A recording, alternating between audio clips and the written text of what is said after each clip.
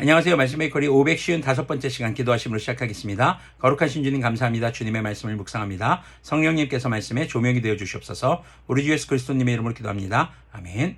네, 오늘 보실 말씀이 고린도 후서 13장 1절에서 13절 마지막 절까지 말씀 보도록 하겠습니다. 나는 지금 세 번째로 여러분을 방문하려고 합니다. 모든 소송, 사건은 두세 증인의 말을 근거로 하여 결정지어야 합니다. 자, 이것은 신명기에 나오는 그들의 율법, 함부로 결정해서는 안 된다. 아무리 권위가 있고 아무리 권력 있는 사람이라고 해도 자기 마음대로 결정할 수는 없다라는 것을 이야기하는 것입니다. 내가 두 번째로 여러분을 방문하였을 때에 전에 범죄한 사람들과 또 그 밖에 모든 사람에게 이미 말한 바와 같이 지금 떨어져 있으면서도 다시 말아야 됩니다. 내가 이번에 다시 가면 그러한 사람들을 그냥 두지 않겠습니다. 내가 가만두지 않을 거야. 막 이렇게 협박하는 게 아닙니다. 자, 바울은 사대로 구해서 자신의 권위를 권력처럼 사용하지 않습니다. 바울은 정당한 절차를 따라서 범죄한 사람에 대해 죄에 대한 책임을 물을 것이라고 경고하는 것이죠. 자, 이런 정죄하는 것이기보다는 그들이 바울이 오기 전에 회개해서 죄에서 떠나기를 촉구하는 것이죠. 그것에 대해서 그리고 주변 사람들이 증인이 되어야 하는 것, 즉 회개는 혼자만의 문제가 아니라 주변 사람들과의 관계에서도 중요하다는 것을 강조하고 있는 그런 내용입니다. 어제 말씀 베이커리와 마찬가지로 세 번째 방문을 지금 준비를 마쳤다. 이 편지를 보내는 것은 내가 이제 당신들이 나를 만날 준비를 하기 위한 것이다. 라는 것을 강조하고 있는 것이죠. 자, 3절 보면요. 여러분은 그리스도님께서 내 안에서 말씀하고 계시다는 증거를 구하고 있으니 말입니다. 그리스도님께서는 여러분에게 약하신 분이 아닙니다. 그는 여러분 가운데서 능력을 떨치시는 분입니다. 그분은 약하셔서 십자가 못 박혀 죽으셨지만 하나님의 능력으로 살아계십니다. 우리도 그분 안에서 약합니다마는 하나님의 능력으로 그분과 함께 살아나서 여러분을 대할 것입니다. 자, 그리스도인은 자신이 약하다는 것을 인정하고 받아들이는 사람들입니다. 그렇기 때문에 자신이 약하기 때문에 강하신 하나님을 의지할 수 있는 것이죠. 자, 이 땅 가운데서 그리스도인들이 나타내야 할 권위는 우리 교회가 세다, 내가 더 강하다, 아니면 자신이 할 수 있다, 이런 자신의 권위를 내세우는 것이 아니라 약한 우리를 사랑으로 품고 안아주시며 부활의 강함으로 우리를 살리시고 또 앞으로 부활의 육체로 우리를 살리실 주님의 강함을 나타내는 삶이어야 하는 것이죠. 5절 계속 보면요. 여러분은 자기가 믿음 안에 있는지를 스스로 시험해보고 스스로 검증해 보십시오. 여러분은 예수 그리스도님께서 여러분 안에 계시다는 것을 알지 못합니까? 모른다면 여러분은 실격자입니다. 그러나 나는 우리가 실격자가 아니라는 것을 여러분이 알게 되기를 바랍니다. 우리는 여러분이 악을 저지르지 않게 되기를 하나님께 기도합니다. 그것은 우리가 합격자임을 드러내려는 것이 아니라 우리가 실격자인 것처럼 보일지라도 여러분만은 옳은 일을 하게 하려고 하는 것입니다. 우리는 진리를 거슬러서 아무것도 할 수 없고 오직 진리를 위해서만 무언가 할 수 있습니다.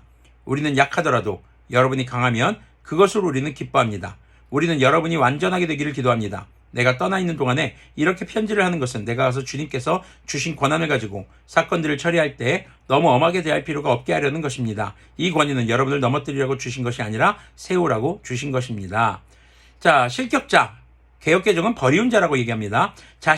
이 실격자는 자신의 약한 가운데서 강하게 살아 역사하시며 현존하시는 그 예수 그리스도님의 살아 역사하시는 것을 믿지 못하는 사람이 바로 실격자 혹은 버리운 사람으로 분류되는 사람들입니다. 바울은 자신의 삶을 통해서 그리스도인들의 삶 가운데 약하게 보일지는 모르나 세상 가운데서 그리스도인들의 삶이 약하게 보이고 교회가 약하게 보일지 모르나 실제로는 그 누구보다도 강하신 주님께서 그 약한 교회와 약해 보이는 성도들을 통해 나타나시는 것을 깨닫기를 바라고 있는 것이죠. 합격자, 바로 옳은 자라는 사람들은 부활하신 주 예수 그리스도님께서 그리스도인의 삶에 현존하시며 교회와 함께 계시다는 것을 깨닫고 복음의 진리를 따라 살아가는 사람인 것입니다.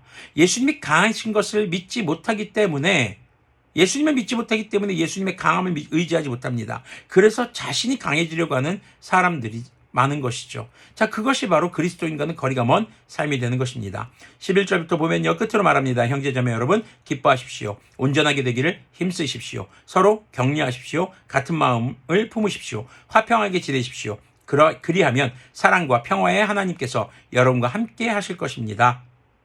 거룩한 입맞춤으로 서로 인사하십시오. 모든 성도가 서로 여러분에게 문안합니다. 주 예수 그리스도님의 은혜와 하나님의 사랑과 성령님의 사귐이 여러분 모두와 함께하기를 빕니다.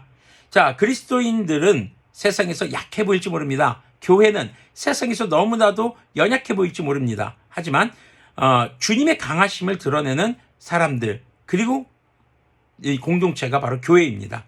자, 그것은요, 회개를 통해서 거룩해지고, 또 성도들이 서로를 격려하고 화평하게 지내는 것, 서로를 사랑하는 것, 복음의 진리를 따라 살아가는 삶으로 강하신 주님께서 약한 성도와 교회의 삶에 현존하시는 것을 믿고 드러낼 때 가능한 것이죠.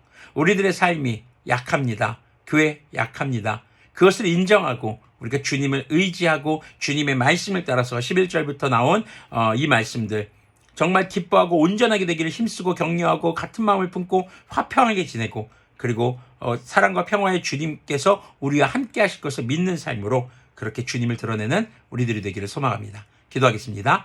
거룩하신 주님 감사합니다. 우리는 약할지라도, 교회는 약해 보일지라도 주님만은 강하신 것을 우리가 믿습니다. 주님의 강함이 우리의 온전한 삶과 서로를 사랑하는 삶, 주님과 화평하며 이웃과 화평하며 서로를 보듬고 챙기며, 아버지, 이 땅 가운데서 우리에게 주신 그렇게 살아가라고 하신 주 하나님을 마음과 뜻과 목숨을 다해 사랑하고 우리의 이웃을 우리 자신의 몸과 같이 살아가는 삶으로 우리가 드러낼 수 있도록, 강하신 주님을, 부활의 주님을 드러낼 수 있도록 긍휼을 베풀어 주시옵소서. 우리 주 예수 그리스도님의 이름으로 기도합니다. 아멘. 네, 여러분의 연약함 때문에 여러분들 실망하지 않기를 바랍니다. 여러분의 연약함을 통해서 강하게 역사하시는 하나님께서 계시기에 우리는 오늘도 기뻐하며 살아갈 수 있는 줄로 믿습니다.